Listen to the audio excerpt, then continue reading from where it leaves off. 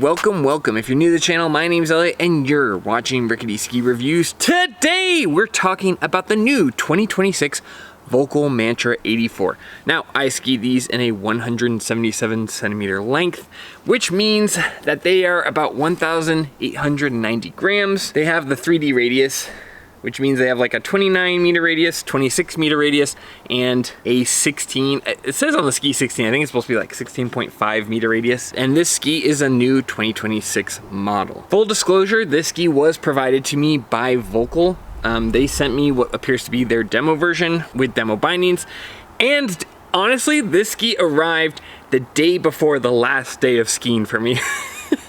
It literally got in just under the wire. But that all being said, I think the day that I got on these was absolutely perfect. We'll talk about that a little bit more. But the weather and the timing and the time of year really allows Volkl to show off a little bit because I felt like the conditions were just perfect for it. Let's talk first impressions because I have a lot to say about this ski. And honestly, my first impressions were very positive. Now, it's no surprise with this being the Mantra 84 that it is very similar to the other skis kind of in that line, the Mantra 88. And also, you know, there's some DNA kind of, I feel, from the M7 Mantra. This feels a lot like the Mantra 88. And it has a lot of the strengths of the 88, but I would say my first impression was this is a much punchier version of the Mantra 88, and I think that for people who are looking for more power out of their turns, you are going to be very pleasantly surprised with this. I feel like if you are somebody who has been skiing on the Mantra 88 for a long time and you just want to try something a little bit different, something that's going to take itself a little bit more seriously, you're gonna have a ton of fun on these. Honestly, these things kind of felt like rockets. It felt like taking that Mantra 88 and just really slingshotting you out a little bit more in and out of every turn. But now that we've talked first impressions, let's talk about the good, and then we'll talk about some of the drawbacks, because like any ski,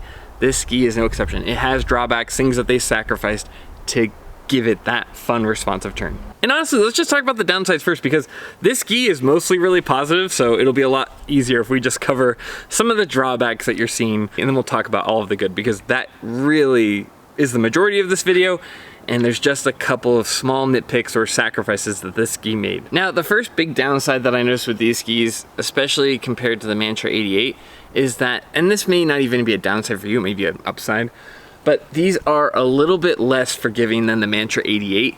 The Mantra 88, I feel like, especially in some of the warmer weather or looser snow, when you get to the end of your turn, you can kind of hang out on the tails for a little while. Which is not a good habit, right? It's almost kind of like a lazy thing. I talked about that a little bit in my review of the Stokely Monero, and I've always felt like that's kind of something that separates the Storm Rider from the Monero.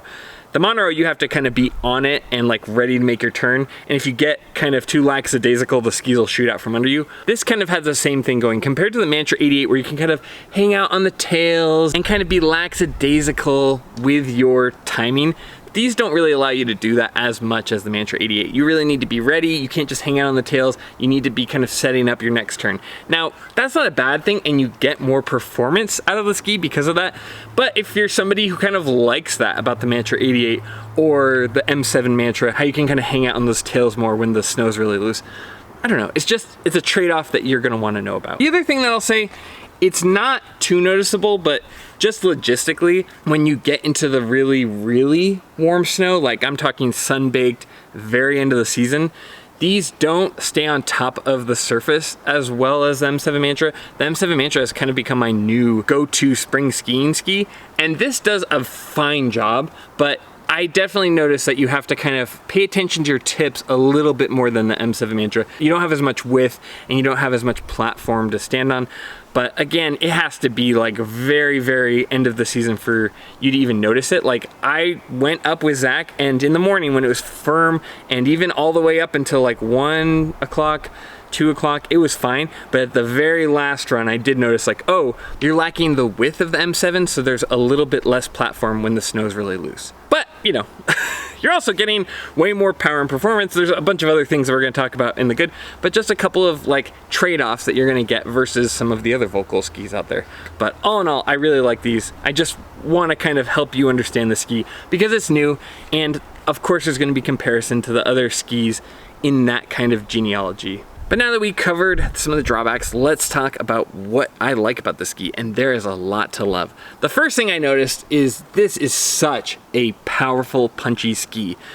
what you're sacrificing with that kind of tail timing, you're getting a more dialed in experience. So you can get edge to edge quicker. Once you get a little bit of speed going on these, you can get so much power out of your turns. When you build up pressure, it's gonna shoot it right back. Now, obviously you need to be a little bit more dialed in with your timing, but once these get up to speed, they are so smooth, so kind of clean in their turns that it is really, really rewarding to get energy in and out of those turns with these and to build up momentum. Now, I think that there might be some hesitation for people. They're going, oh, this has the 3D radius rather than the 4D radius. But honestly, I don't think most people would even really notice. What you're sacrificing in versatility, you are absolutely getting every inch in performance. You are getting snappy turns. You are getting really smooth, damp turns. Like, these take chatter like a champ. I could see a consumer who's just looking at the spreadsheet going, well, oh, this has 3D radius instead of the 4D radius that I like.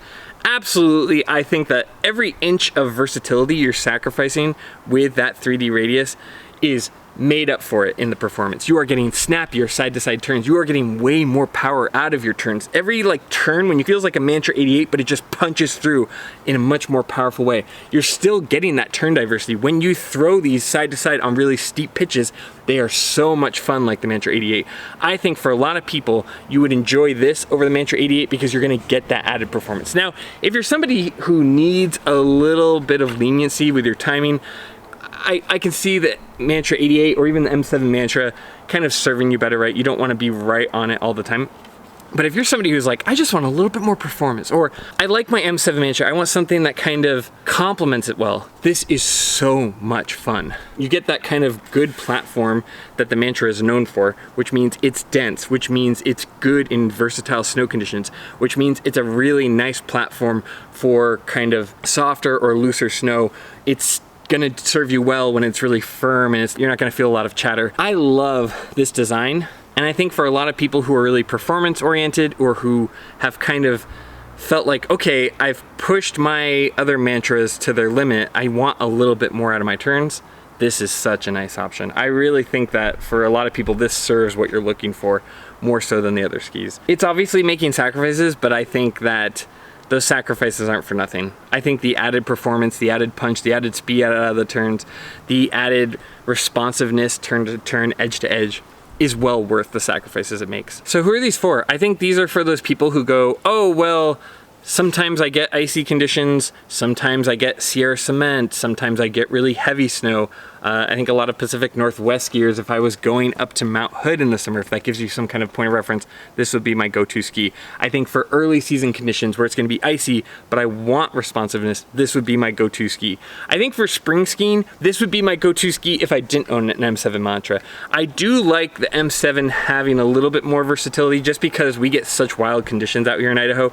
It could go from one thing to another depending on how the sun's facing, but I would say for early spring skiing, when it's really firm in the morning, this is my go-to ski. Firm in the morning, soft in the afternoon, this ski really, really gives you a lot of options without making big sacrifices in performance, and I like seeing a ski that makes that kind of priority important. Hey, we care about responsiveness, we care about power and energy out of the turns. Maybe I'm talking in circles a little bit, but I just like the marriage of performance and dampness that this ski has while still managing to be a ton of fun in a wide variety of conditions. So what would I give this for a score? Well, it's hard to see what the prices are. I think right now I'm seeing these prices around $800 retail. For a carving ski like this at 84 millimeters width underfoot, I think it provides a ton of dampness, a ton of variety.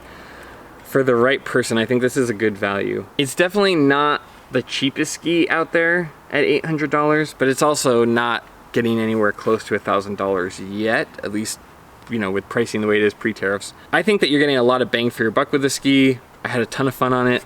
I think it's one of the few skis that I would really recommend early season and late season, and it has enough variety that you can take it on both ends of the day out here in the West Coast. I think that if I was going back east, this would be my go-to ski. I love my Atomic Mavericks. I love their responsiveness. I love the way that they go in powder, but they don't have the dampness that a ski like this has, and especially depending on where you are on the East Coast, some of that icy chatter that you're gonna get at places like Burke Mountain or Jay, depending on the season, I think these skis handle that a lot better than the Atomic Maverick. So for me, this is like a very easy recommendation for spring skiing, for diverse conditions, for somebody who likes a powerful turn.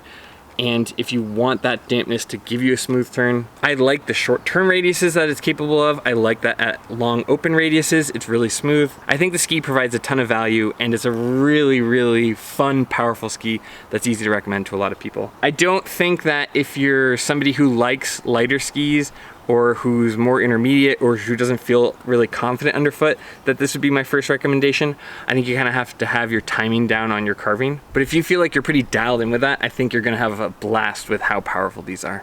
So for me, this is a 9 out of 10. I think they just hit that sweet spot of soft snow, firm chattery snow, good value, diverse in conditions, and power and performance that I like to see. So for me, this is a 9 out of 10. Again, I'm not paid by Volkl or any ski company.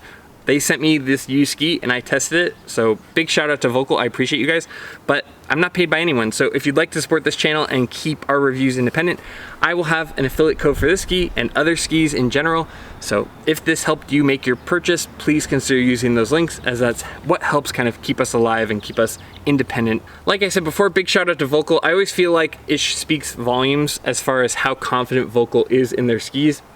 You know, they have no idea what I'm gonna say. Thank you, Volkl, for being confident in this ski enough to send me a pair. I really appreciate it. And without you guys, and without Volkl, and without everybody watching these videos, I wouldn't have access to these skis. So thank you guys. We also have memberships down below if you want early access to videos and priority on the comments. You can like and subscribe. That's another free way to support the channel. We'll have, you know, donation links if that's what you want to do. I don't need you to use those, but I know that for people, they're always asking me about that, so I will include those. But as always, more than anything, just thanks for being here. Thanks for taking time out of your day to watch my ski reviews. It means a ton to me. It's been a tremendous season. Thank you, Volkl, for sending these out. I'm glad I was able to get them in, because this was such a treat to ski in the spring conditions. We'll have more videos out this week. But as always, more than anything, just thanks for being here. Thanks for taking time out of your day. And as always, I'll see you in the next one. See ya.